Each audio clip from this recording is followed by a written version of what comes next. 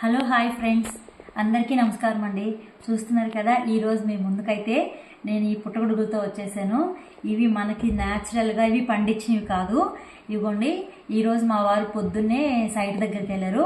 ఆ ఇంటికల్ల పొలంలో వచ్చినాయి అంట. ఇవి పొద్దున్నే కోసినారు, అందుకని ఇలా అయిపోయినాయి. పొద్దున్న ఇంకా చాలా బాగున్నాయండి. ఇందాకనే తీసుకొచ్చినారు మా వారు. ఇవ్వండి, చూస్తున్నారు కదా ఎంత బాగున్నాయో నాటు పుట్టగొడుగులు. ఇవన్నీ నీట్గా క్లీన్ చేసుకొని మా స్టైల్లో మేము కర్రీ ఎలా చేస్తామో చూడండి. ఇంతకీ మీలో ఎంతమందికి ఈ కర్రీ ఇష్టమో కామెంట్ చేయండి. ఇవ్వండి, ఇవన్నీ అయితే నీట్గా ఇలా కట్ చేసి పెట్టానండి, తుంచాను.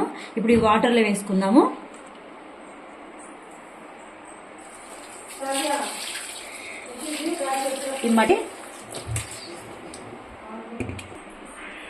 ఇగోండి, ఇవైతే నీట్గా అది నల్ల మట్టి ఉండే కదండి, అదంతా పోయే వరకు నీట్గా అయితే కడిగాము. వేరొక గిన్నెలో వేసుకుందాం అవన్నీ.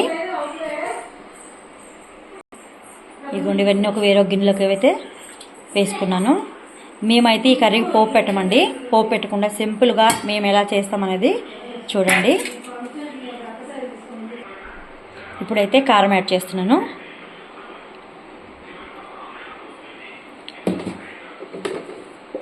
ఈ పుట్టగొడుగులకి మటన్ కంటే రేట్ ఎక్కువ అండి.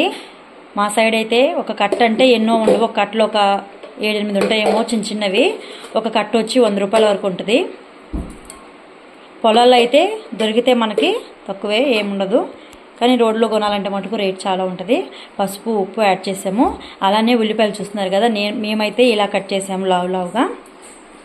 అలానే పచ్చిమిరపకాయలు, ఆయిల్ యాడ్ చేస్తున్నానండి సరిపడా.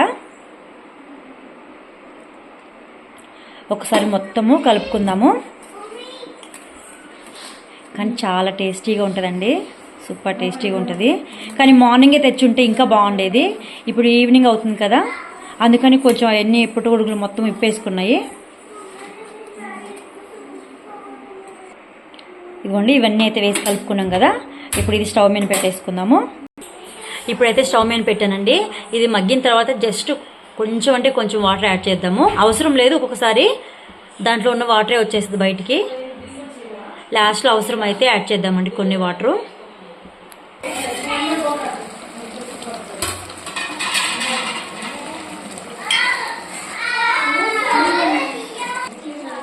ఒక్కసారి కలుపుకుందామండి. ఇది ఆల్రెడీ దీంట్లో వాటర్ వచ్చినాయి.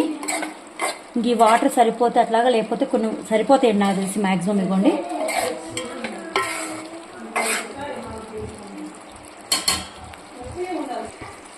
ఇవ్వండి ఫైనల్గా అయితే మనం వాటర్ యాడ్ చేయలేదండి, ఈ వాటరే సరిపోయినాయి.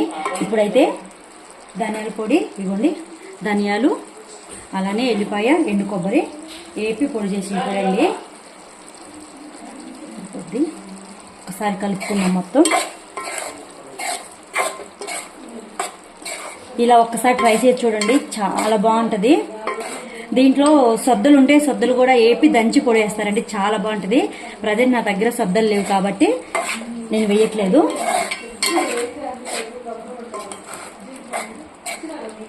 ఒక 2 మినిట్స్ మగ్గనిద్దాము. ఇదిగోండి ఫ్రెండ్స్, మనం మసాలా వేసాం కదా, మసాలా కూడా మంచిగా పట్టిందండి. ఉప్పు, కారం అన్నీ సరిపోయినాయి. ఇదిగోండి ఫైనల్గా మన మష్రూమ్ కర్రీ అయితే రెడీ అయిపోయింది. ఇంకా కానీ ఇవి గొడుగుల్లా కాకుండా కానీ అదే ఏమంటారు, బోడీలాగా ఉంటాయి కదా, అవి అయితే ఇంకా బాగుండేది, మంచిగా కనిపించాయండి. ఇది గొడుగులాగా అయిపోయింది కాబట్టి కొంచెం ఇలా అనిపిస్తుంది, కానీ చాలా బాగుంటుందండి. చూడండి, ఊర్లు సైడ్ అయితే ఇలా చేస్తారు, మీ సైడ్ ఎలా చేస్తారు అన్నది కామెంట్ చేయండి. మీకు నచ్చితే లైక్ చేయండి, షేర్ చేయండి, కామెంట్ చేయండి, సబ్స్క్రైబ్ చేయండి. ప్లీజ్ సపోర్ట్ చేయండి, ఒక లైక్ అయితే చేయండి. థ్యాంక్ యూ ఫర్ వాచింగ్ అండి.